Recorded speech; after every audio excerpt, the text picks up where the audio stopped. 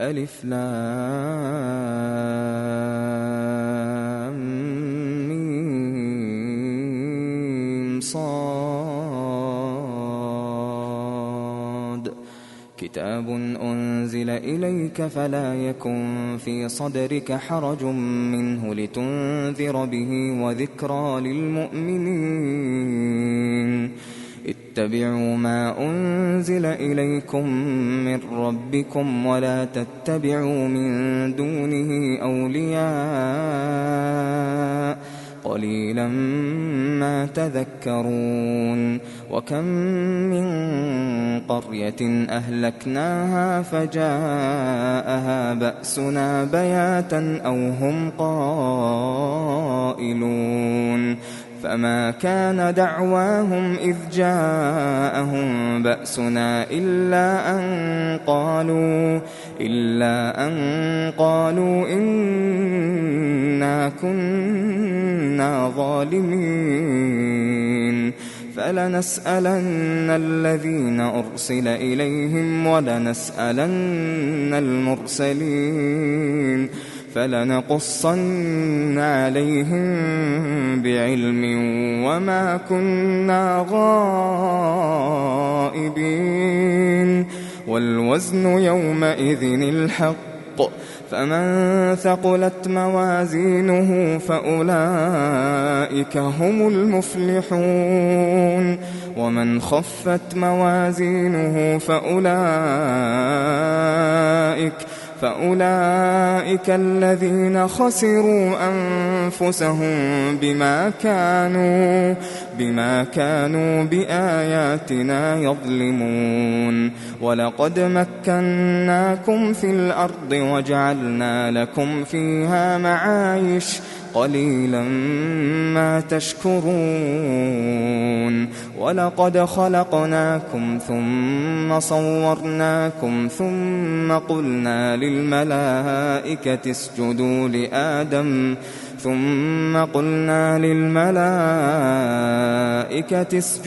لآدم فسجدوا إلا إبليس لم يكن من الساجدين. قال ما منعك ألا تسجد إذ أمرتك؟ قال أنا خير منه خلقتني من نار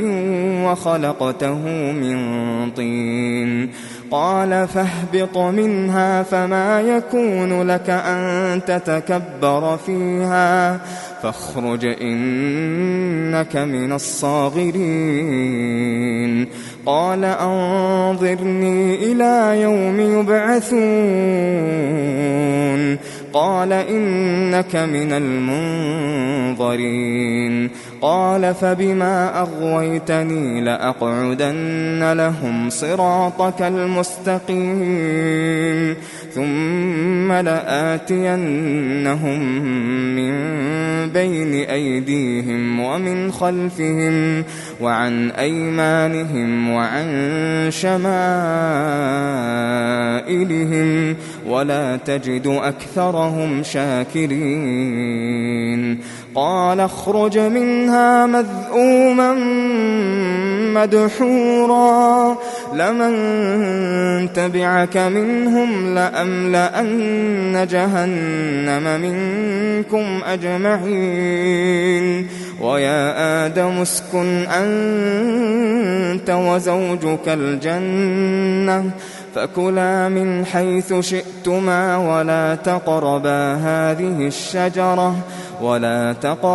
هذه الشجرة فتكونا من الظالمين. فوسوس لهما الشيطان ليبدي لهما ما وري عنهما من سوآتهما وقال ما نهاكما ربكما عن هذه الشجرة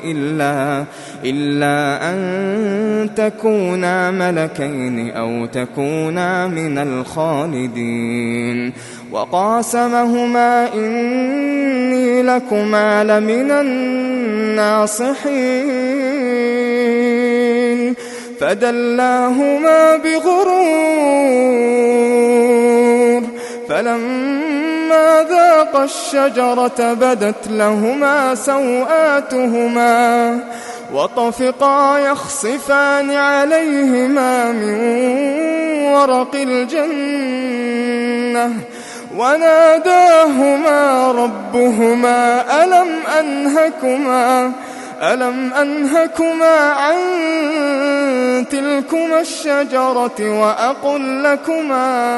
وأقل لكما إن الشيطان لكما عدو مبين قالا ربنا ظلمنا أنفسنا وإن لم تغفر لنا وترحمنا لنكونن من الخاسرين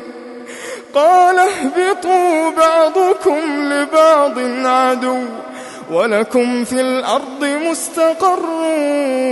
ومتاع إلى حين قال فيها تحيون وفيها تموتون ومنها تخرجون يا بني آدم قد أنزلنا عليكم لباسا يواري سوآتكم وريشا ولباس التقوى ذلك خير ذلك من آيات الله لعلهم يذكرون يا بني آدم لا يفتننكم الشيطان كما أخرج أبويكم من الجنة ينزع عنهما لباسهما ليريهما سوآتهما إنه يراكم هو وقبيله من حيث لا ترونهم إنا جعلنا الشياطين أولياء للذين لا يؤمنون وإذا فعلوا فاحشة قالوا وجدنا عليها آباءنا والله أمرنا بها قل إن الله لا يأمر بالفحشاء أتقولون على الله ما لا تعلمون قل أمر ربي بالقسط وأقيموا وجوهكم عند كل مسجد وادعوه مخلصين له الدين كما بدأكم تعودون فريقا هدى وفريقا حق عليهم الضلالة إنهم اتخذوا الشياطين أولياء من دون الله ويحسبون أنهم مهتدون يا بني آدم خذوا زينتكم عند كل مسجد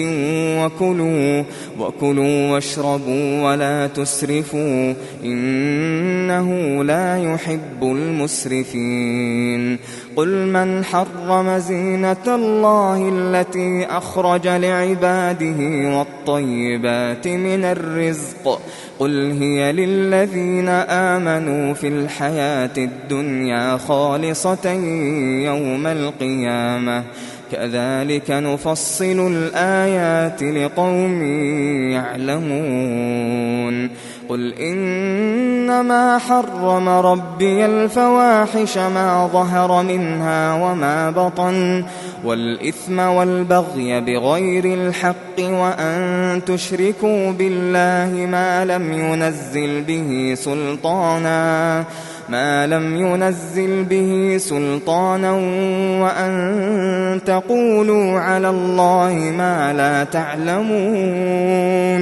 ولكل أمة أجل فإذا جاء أجلهم لا يستأخرون ساعة ولا يستقدمون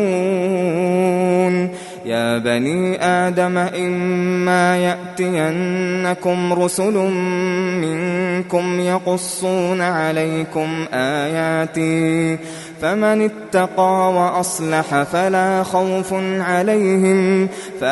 خوف عليهم ولا هم يحزنون. والذين كذبوا بآياتنا واستكبروا عنها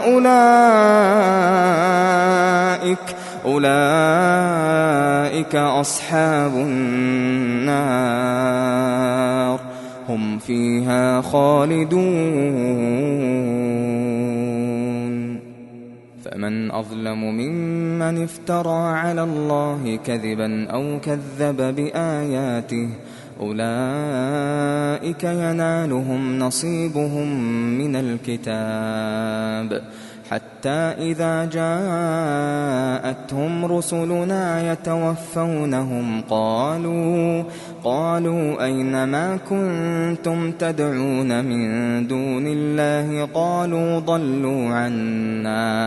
قالوا ضلوا عنا وشهدوا على أنفسهم أنهم كانوا كافرين.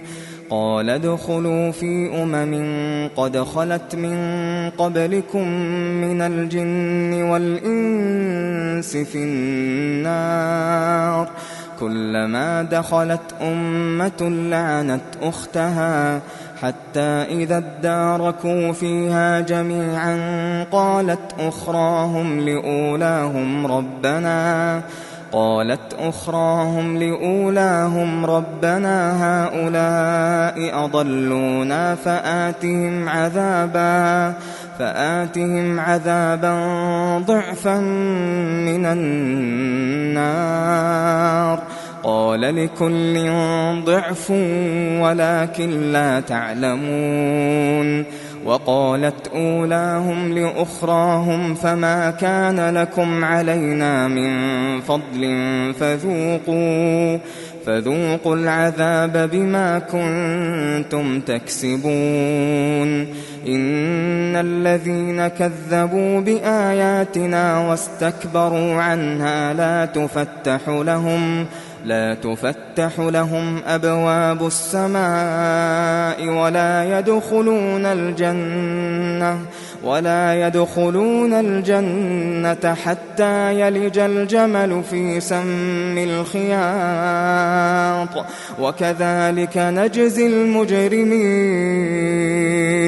لهم من جهنم مهاد ومن فوقهم غواش وكذلك نجزي الظالمين.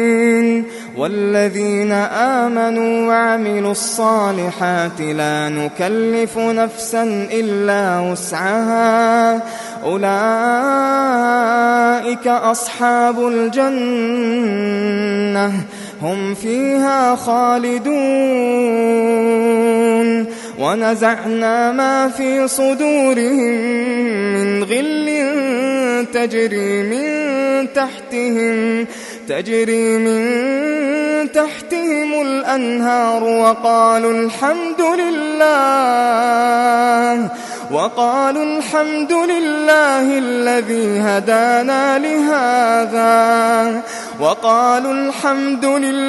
الذي هدانا لهذا وما كنا لنهتدي لولا أن هدانا الله لقد جاءت رسل ربنا بالحق ونودوا أن تلكم الجنة أورثتموها بما كنتم تعملون. ونادى أصحاب الجنة أصحاب النار أن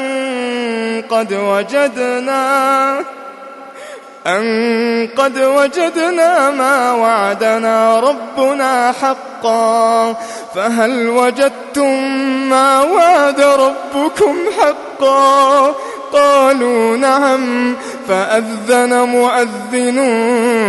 بينهم اللعنة الله على الظالمين الذين يصدون عن سبيل الله ويبغونها عوجا وهم بالآخرة كافرون وبينهما حجاب وعلى الأعراف رجال يعرفون كلا بسيماهم ونادوا أصحاب الجنة أن سلام عليكم لم يدخلوها وهم يطمعون وإذا صرفت أبصارهم تلقاء أصحاب النار قالوا ربنا لا تجعلنا مع القوم الظالمين ونادى أصحاب الأعراف رجالا يعرفونهم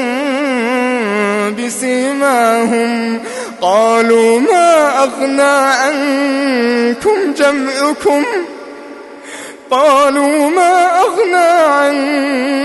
جمعكم وما كنتم تستكبرون أهؤلاء الذين أقسمتم لا ينالهم الله برحمة ادخلوا الجنة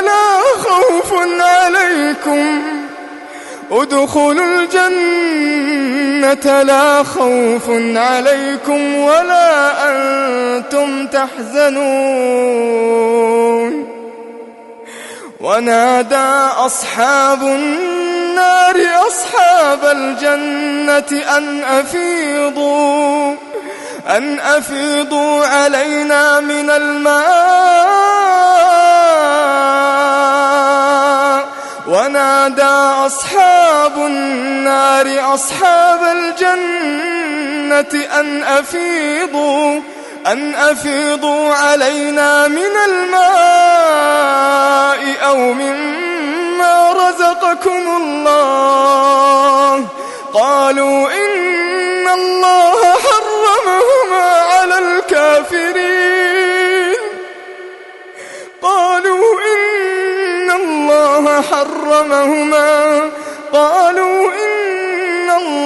حرمهما على الكافرين الذين اتخذوا دينهم لهوا ولعبا وغرتهم الحياة الدنيا فاليوم ننساهم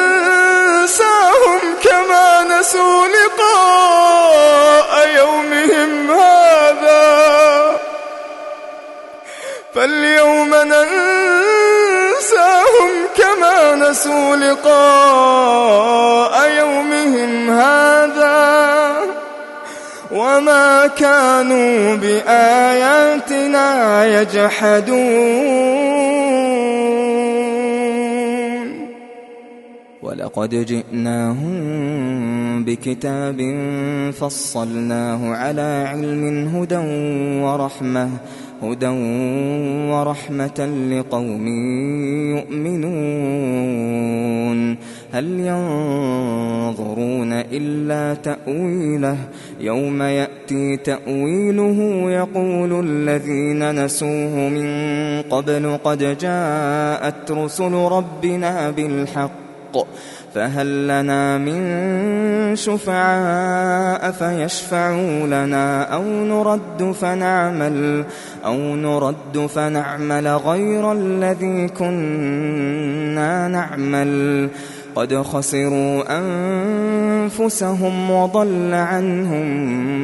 ما كانوا يفترون إن ربكم الله الذي خلق السماوات والأرض في 6 أيام ثم استوى على العرش يغشي الليل النهار يطلبه حثيثا والشمس والقمر والنجوم مسخرات بأمره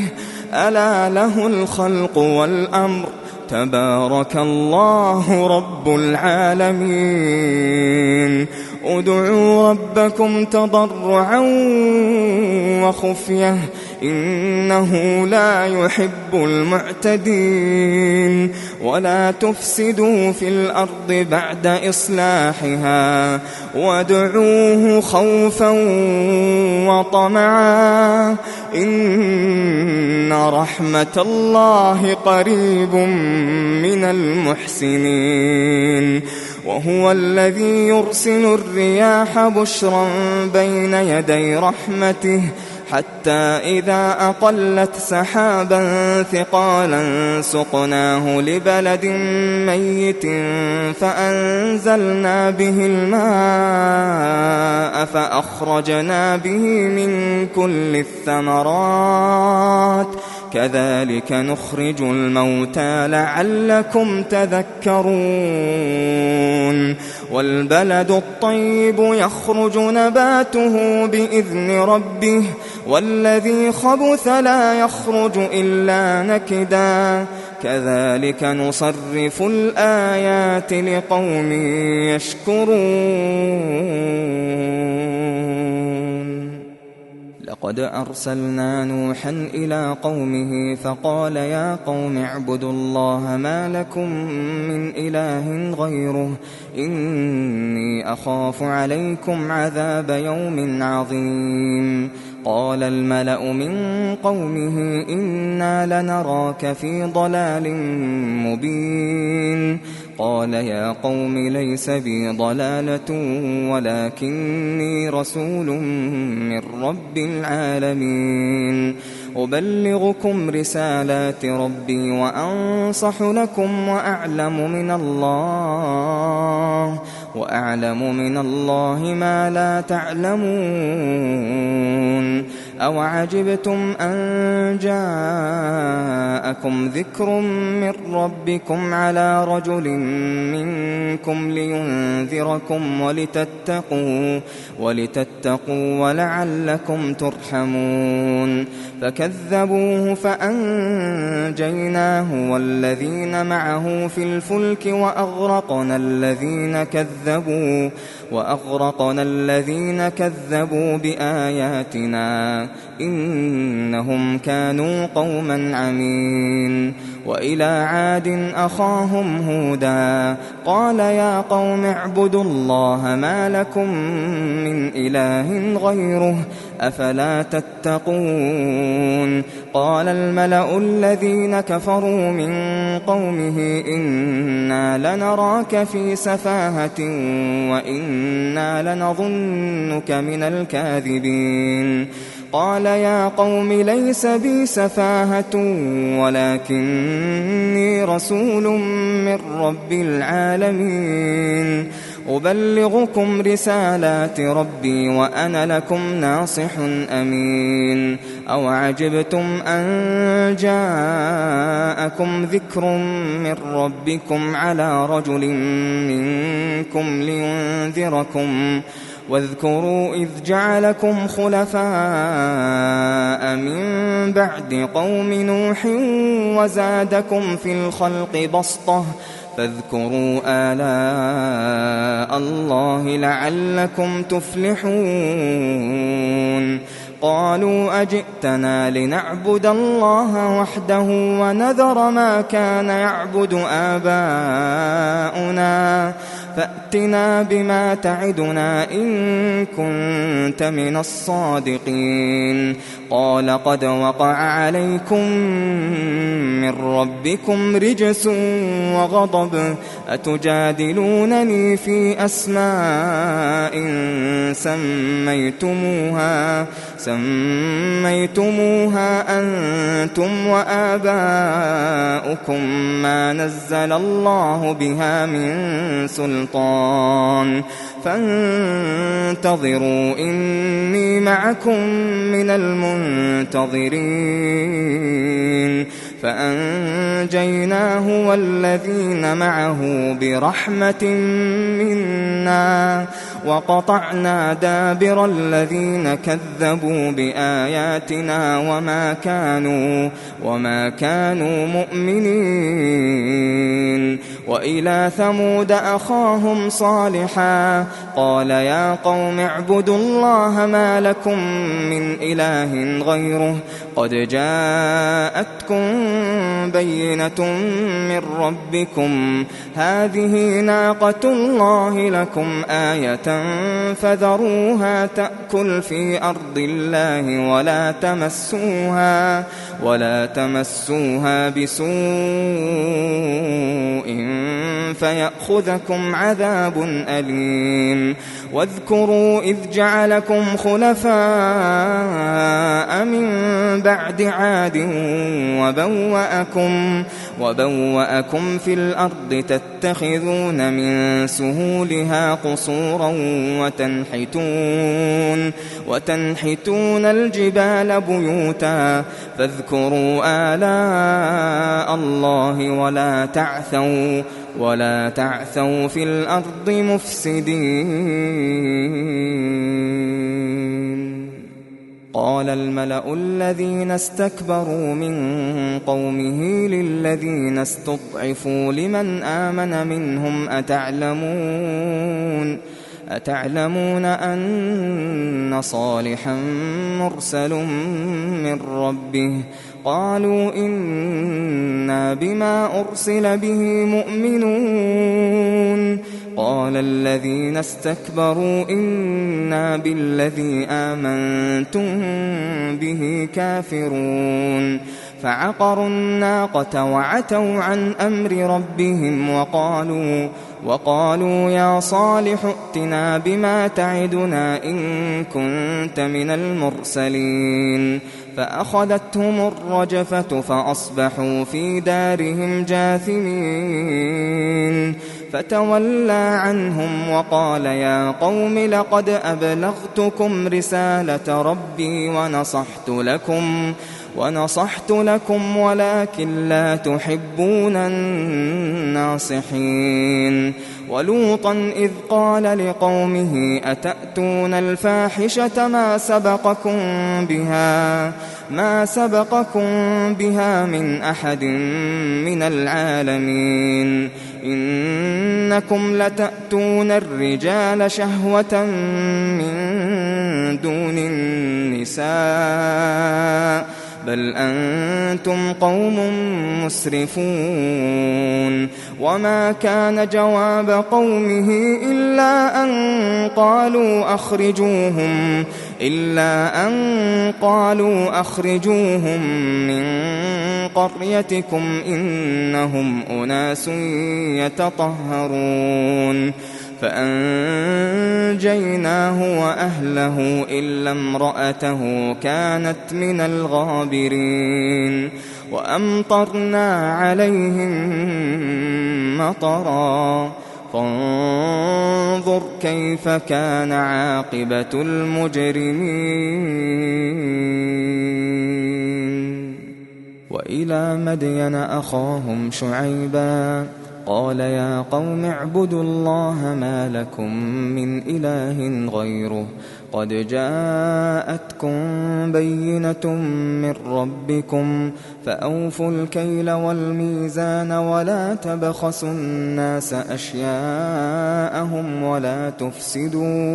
ولا تفسدوا في الأرض بعد إصلاحها ذلكم خير لكم إن كنتم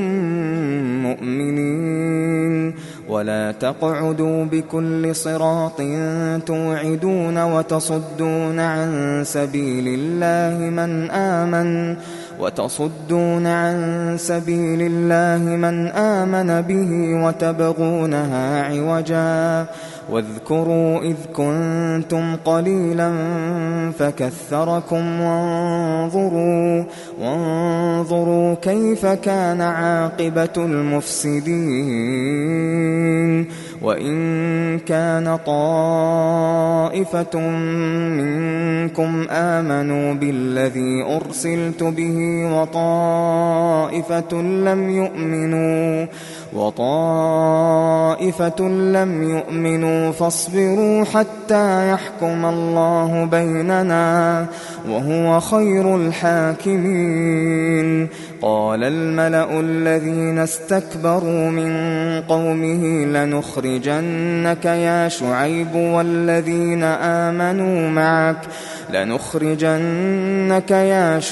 والذين آمنوا معك من قريتنا أو لتعودن في ملتنا. قال أولو كنا كارهين قد افترينا على الله كذبا إن عدنا في ملتكم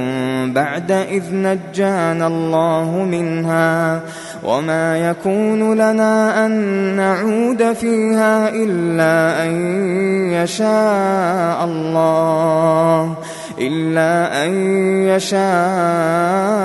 الله ربنا وسع ربنا كل شيء علما على الله توكلنا ربنا افتح بيننا وبين قومنا بالحق وأنت خير الفاتحين. وقال الملأ الذين كفروا من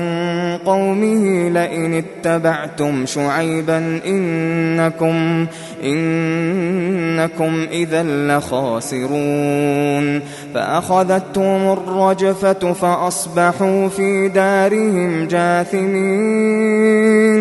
الذين كذبوا شعيبا كأن لم يغنوا فيها الذين كذبوا شعيبا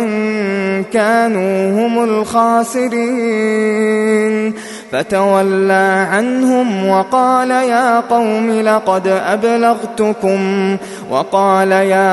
لقد أبلغتكم رسالات ربي ونصحت لكم فكيف آسى على قوم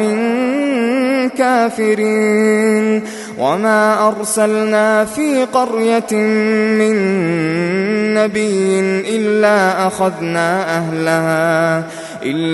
أخذنا أهلها بالبأساء والضراء لعلهم يضرعون. ثم بدلنا مكان السيئة الحسنة حتى عفوا وقالوا قد مس آباءنا الضراء والسراء فأخذناهم بغتة وهم لا يشعرون. ولو أن أهل القرى آمنوا واتقوا لفتحنا عليهم بركات من السماء والأرض ولكن كذبوا فأخذناهم بما كانوا يكسبون. أفأمن أهل القرى أن يأتيهم بأسنا بياتا وهم نائمون. أوأمن أهل القرى أن يأتيهم بأسنا ضحى وهم يلعبون. أفأمنوا مكر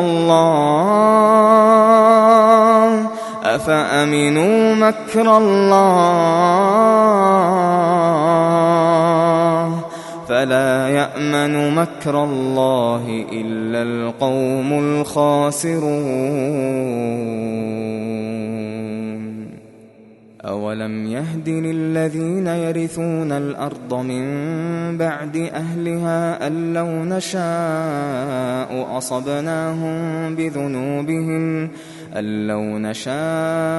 أصبناهم بذنوبهم ونطبع على قلوبهم فهم لا يسمعون.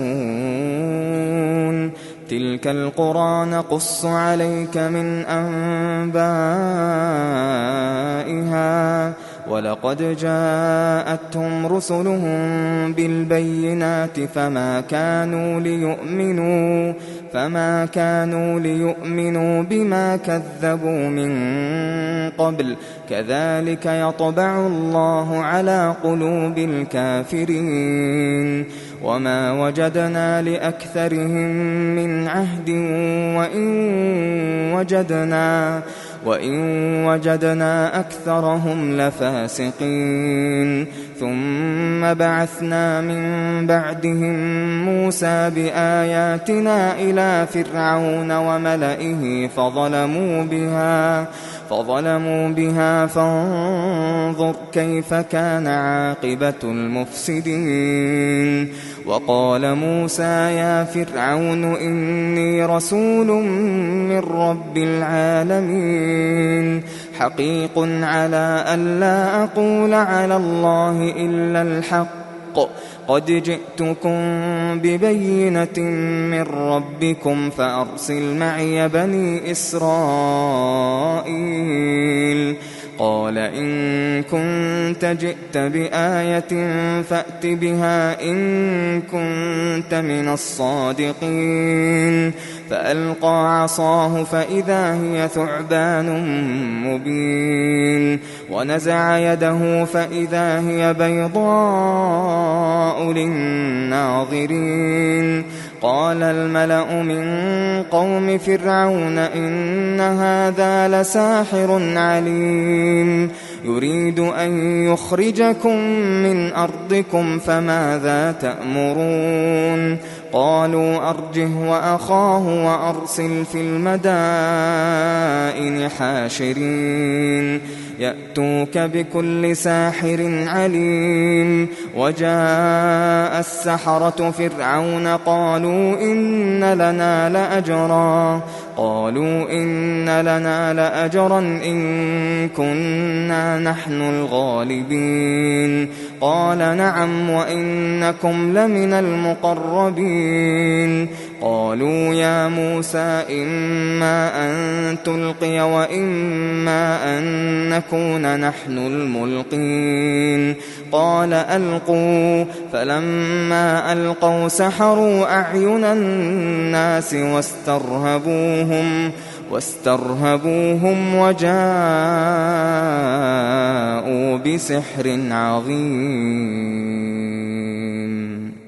وأوحينا إلى موسى أن ألق عصاك فإذا هي تلقف ما يأفكون فوقع الحق وبطل ما كانوا يعملون فغلبوا هنالك وانقلبوا صاغرين وألقي السحرة ساجدين قالوا آمنا برب العالمين رب موسى وهارون قال فرعون آمنتم به قبل أن آذن لكم إن هذا لمكر مكرتموه في المدينة لتخرجوا منها أهلها فسوف تعلمون لأقطعن أيديكم وأرجلكم من خلاف ثم لأصلبنكم أجمعين قالوا إنا إلى ربنا منقلبون وما تنقم منا إلا أن آمنا بآيات ربنا لما جاءتنا ربنا أفرغ علينا صبرا وتوفنا مسلمين وقال الملأ من قوم فرعون أتذر موسى وقومه ليفسدوا في الأرض ويذرك وآلهتك قال سنقتل أبناءهم ونستحيي نساءهم وإنا فوقهم قاهرون قال موسى لقومه استعينوا بالله واصبروا إن الأرض لله يورثها من يشاء من عباده والعاقبة للمتقين قالوا أوذينا من قبل أن تأتينا ومن بعد ما جئتنا قال عسى ربكم أن يهلك عدوكم ويستخلفكم في الأرض فينظر كيف تعملون ولقد أخذنا آل فرعون بالسنين ونقص من الثمرات لعلهم يذكرون فإذا جاءتهم الحسنة قالوا لنا هذه وإن تصبهم سيئة يطيروا بموسى ومن معه ألا إنما طائرهم عند الله ولكن أكثرهم لا يعلمون وقالوا مهما تأتنا به من آية لتسحرنا بها فما نحن لك بمؤمنين فأرسلنا عليهم الطوفان والجراد والقمل والضفادع والدم آيات مفصلات فاستكبروا وكانوا قوما مجرمين ولما وقع عليهم الرجز قالوا يا موسى ادع لنا ربك بما عهد عندك لئن كشفت عنا الرجز لنؤمنن لك ولنرسلن معك بني إسرائيل فلما كشفنا عنهم الرجز إلى أجل هم بالغوه إذا هم ينكثون فانتقمنا منهم فأغرقناهم في اليم بأنهم كذبوا بآياتنا وكانوا عنها غافلين وأورثنا القوم الذين كانوا يستضعفون مشارق الأرض ومغاربها التي باركنا فيها وتمت كلمة ربك الحسنى على بني إسرائيل بما صبروا ودمرنا ما كان يصنع فرعون وقومه وما كانوا يعرشون وجاوزنا ببني إسرائيل البحر فأتوا على قوم يعكفون على أصنام لهم قالوا يا موسى اجعل لنا إلها كما لهم آلهة قال إنكم قوم تجهلون إن هؤلاء متبر ما هم فيه وباطل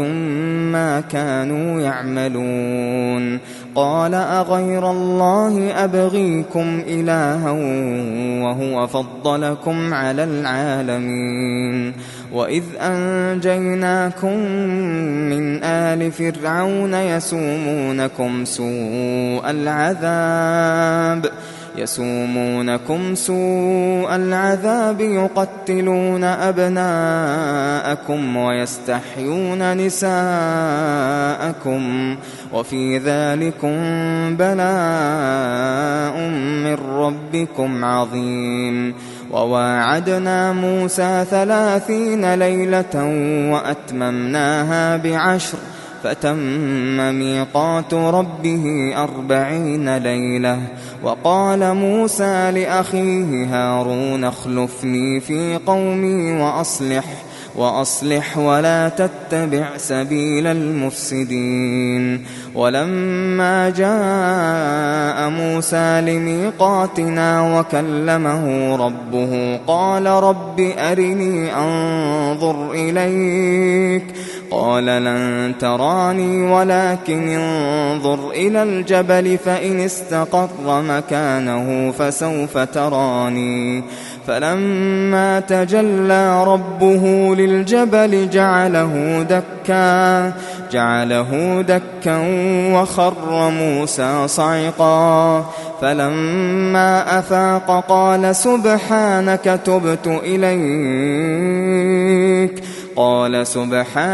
تبت إليك وأنا أول المؤمنين قال يا موسى إني اصطفيتك على الناس برسالاتي وبكلامي فخذ ما آتيتك وكن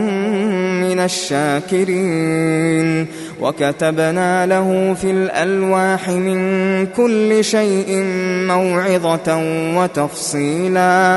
وتفصيلا لكل شيء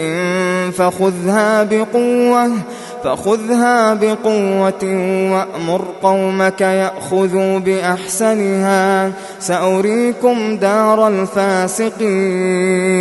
سأصرف عن آياتي الذين يتكبرون في الأرض بغير الحق وإن يروا كل آية لا يؤمنوا بها وإن يروا سبيل الرشد لا يتخذوه سبيلا وإن يروا سبيل الغي يتخذوه سبيلا ذلك بأنهم كذبوا بآياتنا وكانوا عنها غافلين والذين كذبوا بآياتنا ولقاء الآخرة حبطت أعمالهم هل يجزون إلا ما كانوا يعملون واتخذ قوم موسى من بعده من حليهم عجلا جسدا له خوار ألم يروا أنه لا يكلمهم ولا يهديهم سبيلا اتخذوه وكانوا ظالمين ولما سقط في أيديهم ورأوا أنهم قد ضلوا قالوا لئن لم يرحمنا ربنا ويغفر لنا لنكونن من الخاسرين ولما رجع موسى إلى قومه غضبان أسفا قال بئس ما خلفتموني من بعدي أعجلتم أمر ربكم وألقى الألواح وأخذ برأس أخيه يجره إليه قال ابن أم إن القوم استضعفوني وكادوا يقتلونني فلا تشمت بي الأعداء ولا تجعلني مع القوم الظالمين قال رب اغفر لي ولأخي وأدخلنا في رحمتك وأنت أرحم الراحمين إن الذين اتخذوا العجل سينالهم غضب من ربهم وذلة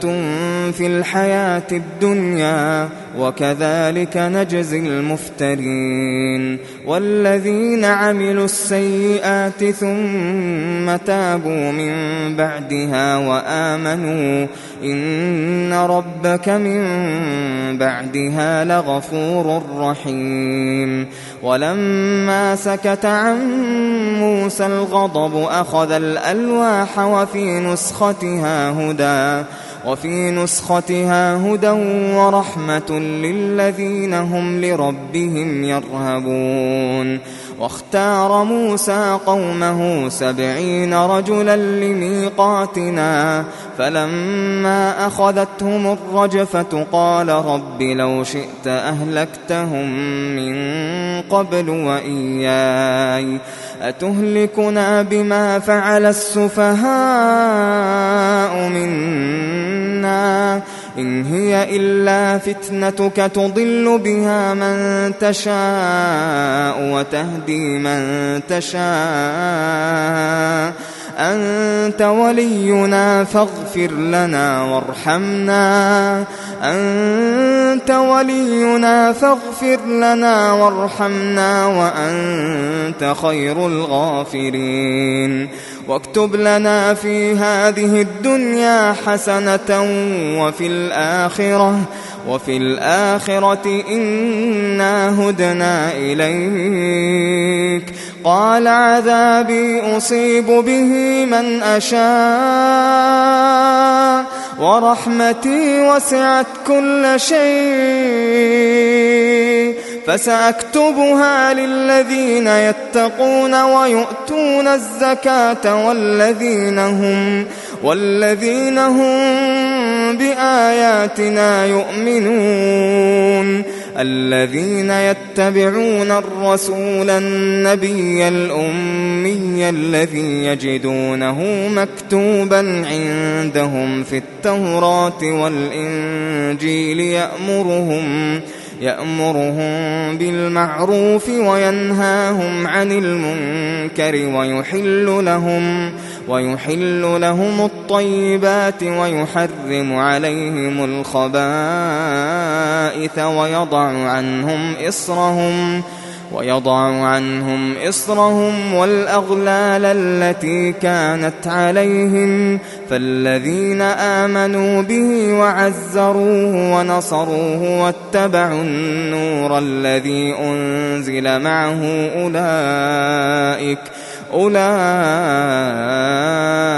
هم المفلحون قل يا أيها الناس إني رسول الله إليكم جميعا الذي له ملك السماوات والأرض لا إله إلا هو يحيي ويميت فآمنوا بالله ورسوله النبي الأمي الذي يؤمن بالله وكلماته واتبعوه لعلكم تهتدون ومن قوم موسى أمة يهدون بالحق وبه يعدلون وقطعناهم 12 أسباطا أمما وأوحينا إلى موسى إذ استسقاه قومه أن اضرب بعصاك الحجر فانبجست منه 12 عينا قد علم كل أناس مشربهم وظللنا عليهم الغمام وأنزلنا عليهم المن والسلوى كلوا من طيبات ما رزقناكم وما ظلمونا ولكن كانوا أنفسهم يظلمون وإذ قيل لهم اسكنوا هذه القرية وكلوا منها حيث شئتم وقولوا حطة وادخلوا الباب سجدا نغفر لكم خطيئاتكم سنزيد المحسنين فبدل الذين ظلموا منهم قولا غير الذي قيل لهم فأرسلنا عليهم رجزا من السماء بما كانوا يظلمون واسألهم عن القرية التي كانت حاضرة البحر إذ يعدون في السبت إذ تأتيهم حيتانهم يوم سبتهم شرعا ويوم لا يسبتون لا تأتيهم كذلك نبلوهم بما كانوا يفسقون وإذ قالت أمة منهم لم تعظون قوما الله مهلكهم أو معذبهم عذابا شديدا قالوا معذرة إلى ربكم ولعلهم يتقون فلما نسوا ما ذكروا به أنجينا الذين ينهون عن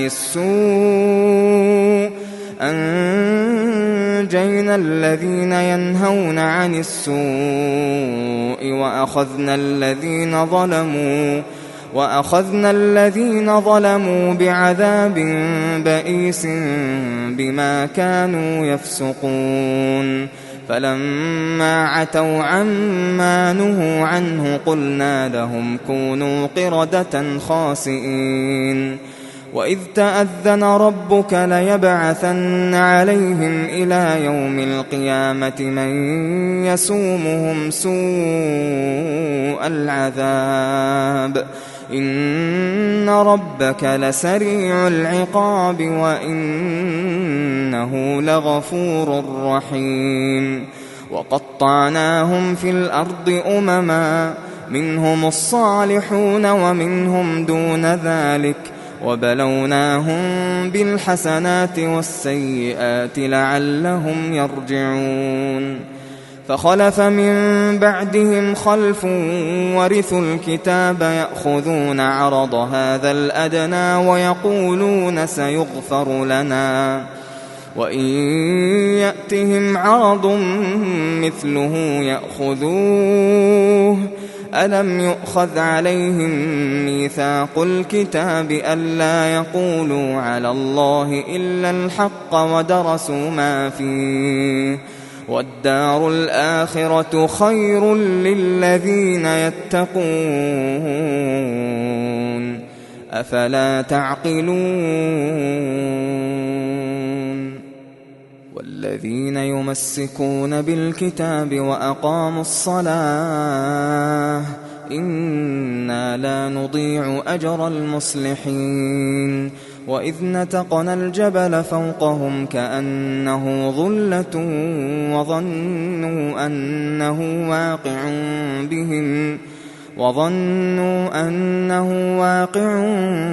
بهم خذوا ما آتيناكم بقوة واذكروا ما فيه لعلكم تتقون وإذ أخذ ربك من بني آدم من ظهورهم ذريتهم وأشهدهم على أنفسهم ألست بربكم قالوا بلى شهدنا أن تقولوا يوم القيامة إنا كنا عن هذا غافلين أو تقولوا إنما أشرك آباؤنا من قبل وكنا ذرية من بعدهم أفتهلكنا بما فعل المبطلون وكذلك نفصل الآيات ولعلهم يرجعون واتل عليهم نبأ الذي آتيناه آياتنا فانسلخ منها فأتبعه الشيطان فكان من الغاوين ولو شئنا لرفعناه بها ولكنه أخلد إلى الأرض واتبع هواه فمثله كمثل الكلب إن تحمل عليه يلهث أو تتركه يلهث ذلك مثل القوم الذين كذبوا بآياتنا فاقصص القصص لعلهم يتفكرون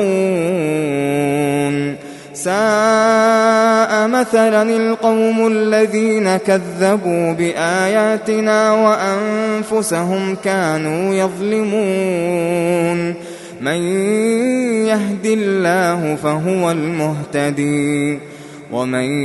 يضلل فأولئك هم الخاسرون ولقد ذرأنا لجهنم كثيرا من الجن والإنس لهم قلوب لا يفقهون بها ولهم أعين لا يبصرون بها ولهم آذان لا يسمعون بها أولئك كالأنعام بل هم أضل أولئك هم الغافلون ولله الأسماء الحسنى فادعوه بها وذروا الذين يلحدون في أسمائه سيجزون ما كانوا يعملون وممن خلقنا أمة يهدون بالحق وبه يعدلون والذين كذبوا بآياتنا سنستدرجهم من حيث لا يعلمون وأملي لهم إن كيدي متين أولم يتفكروا ما بصاحبهم من جنة إن هو إلا نذير مبين أولم ينظروا في ملكوت السماوات والأرض وما خلق الله من شيء وأن عسى أن يكون قد اقترب أجلهم فبأي حديث بعده يؤمنون من يضلل الله فلا هادي له ويذرهم في طغيانهم يعمهون يسألونك عن الساعة أيان مرساها قل إنما علمها عند ربي لا يجليها لوقتها إلا هو ثقلت في السماوات والأرض لا تأتيكم إلا بغتة يسألونك كأنك حفي عنها قل إنما علمها عند الله ولكن أكثر الناس لا يعلمون قل لا أملك لنفسي نفعا ولا ضرا إلا ما شاء الله ولو كنت أعلم الغيب لاستكثرت من الخير وما مسني السوء إن أنا إلا نذير وبشير لقوم يؤمنون هو الذي خلقكم من نفس واحدة وجعل منها زوجها ليسكن إليها فلما تغشاها حملت حملا خفيفا فمرت به فلما أثقلت دعوا الله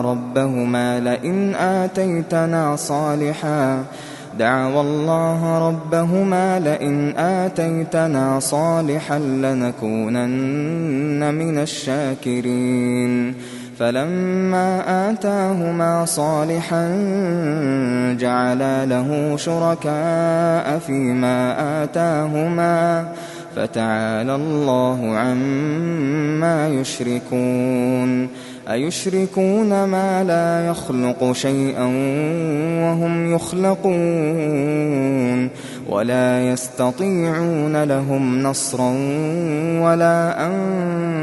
أنفسهم ينصرون وإن تدعوهم إلى الهدى لا يتبعوكم سواء عليكم أدعوتموهم أم أنتم صامتون إن الذين تدعون من دون الله عباد أمثالكم فادعوهم فليستجيبوا لكم إن كنتم صادقين ألهم أرجل يمشون بها أم لهم أيدي يبطشون بها أم لهم أعين يبصرون بها أم لهم آذان يسمعون بها قل ادعوا شركاءكم ثم كيدون فلا تنظرون إن وليي الله الذي نزل الكتاب وهو يتولى الصالحين والذين تدعون من دونه لا يستطيعون نصركم ولا أنفسهم ينصرون وإن تدعوهم إلى الهدى لا يسمعوا وتراهم ينظرون إليك وهم لا يبصرون خذ العفو وأمر بالعرف وأعرض عن الجاهلين وإما ينزغنك من الشيطان نزغ فاستعذ بالله إنه سميع عليم إن الذين اتقوا إذا مسهم طائف من الشيطان تذكروا فإذا هم مبصرون وإخوانهم يمدونهم في الغي ثم لا يقصرون وإذا لم تأتهم بآية قالوا لولا اجتبيتها قل إنما أتبع ما يوحى إلي من ربي هذا بصائر من ربكم وهدى ورحمة لقوم يؤمنون وإذا قرئ القرآن فاستمعوا له وأنصتوا لعلكم ترحمون واذكر ربك في نفسك تضرعا وخيفة ودون الجهر من القول بالغدو والآصال ولا تكن